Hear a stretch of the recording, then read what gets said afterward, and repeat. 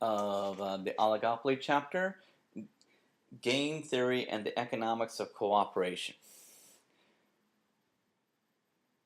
Because the number of firms in an oligopolistic market is small, each firm must act strategically.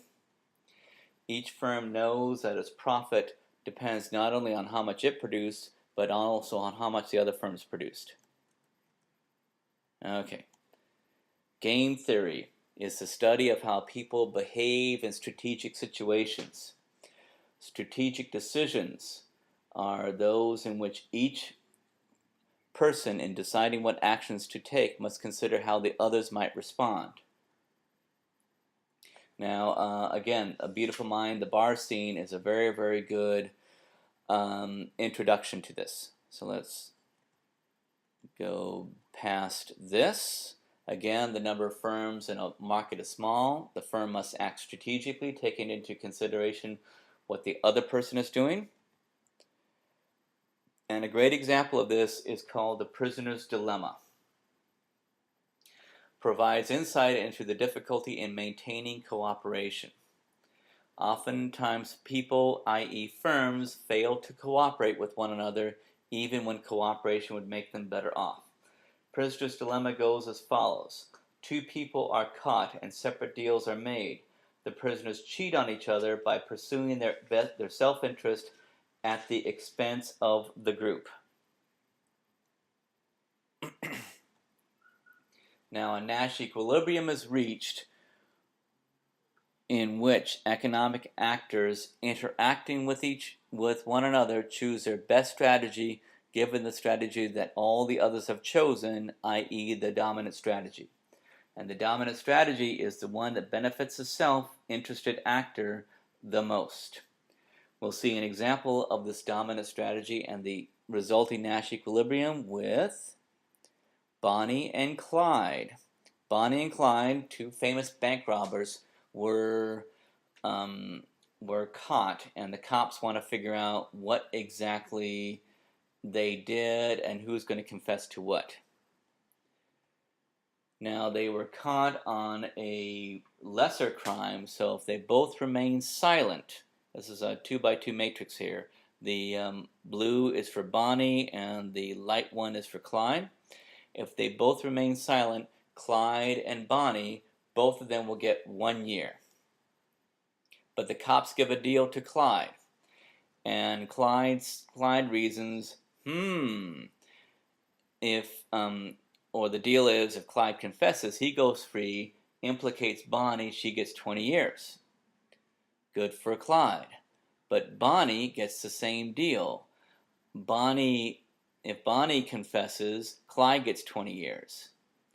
So the outcome is, well, the final outcome is they both confess, but let's see what the dominant strategy is for either Clyde or Bonnie. If Clyde confesses, we can see here, if he confesses right there, he's going to go free, Bonnie gets 20 years. If Bonnie remains silent. If Clyde confesses, if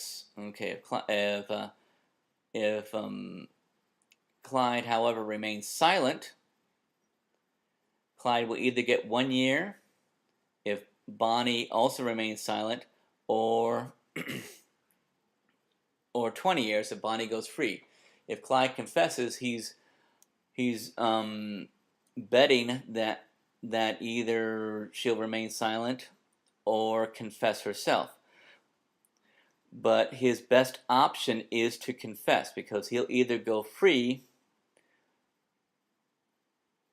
or he will get 20 years. So and the Bonnie gets the same ideas, so they both wind up confessing. Because if Bonnie confessed as well, she gets basically the same deal. Her confessing is going to be her dominant strategy. Clyde's confessing is going to be his dominant strategy. All right, let's go through a couple of other examples. Iraq and Iran producing oil. If they both maintain, let's do all of them here, low production, they'll get the highest.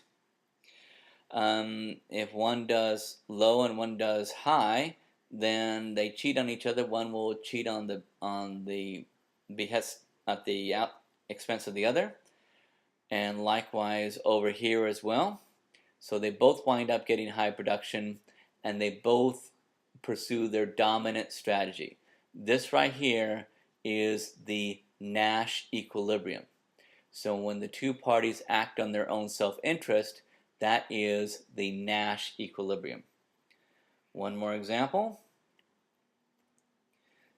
If Jack and Jill withhold selling water, gallons of water, they get maximum profit. But if one sells more than the other, they gain at the behest of the other. Likewise over here. So they both wind up selling 40 gallons. Again, this is the Nash equilibrium right here. Now, firms that care about future profit will cooperate in repeated games rather than cheating on a single game. In other words, the benefit of the group is better than pursuing your self-interest. And that, I believe, finishes the lecture portion for microeconomics. It was a pleasure doing this, and this is just to give you a little bit of insight into the chapters, hearing a voice with regard to the chapters, and of course most of your exercise